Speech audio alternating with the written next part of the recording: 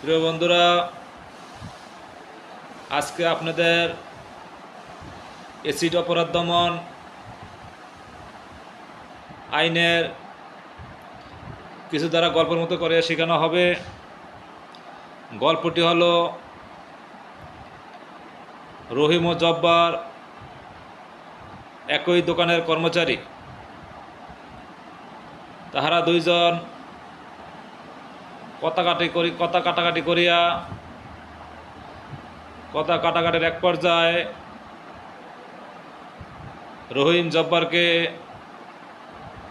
Acid নিক্ষেপ করে। উহার ফলে জব্বারের দুটি চোখ নষ্ট হয়ে যায়। সেই ক্ষেত্রে রহিমের কী অপরাধ প্রশ্নে জানতে চাওয়া হয়েছে। আমরা জানি এসিড অপরাধ দমন আইনের 5 ক ধারায় শরীরের চোখ, কান, মুখমণ্ডল, স্তন ও যৌনাঙ্গ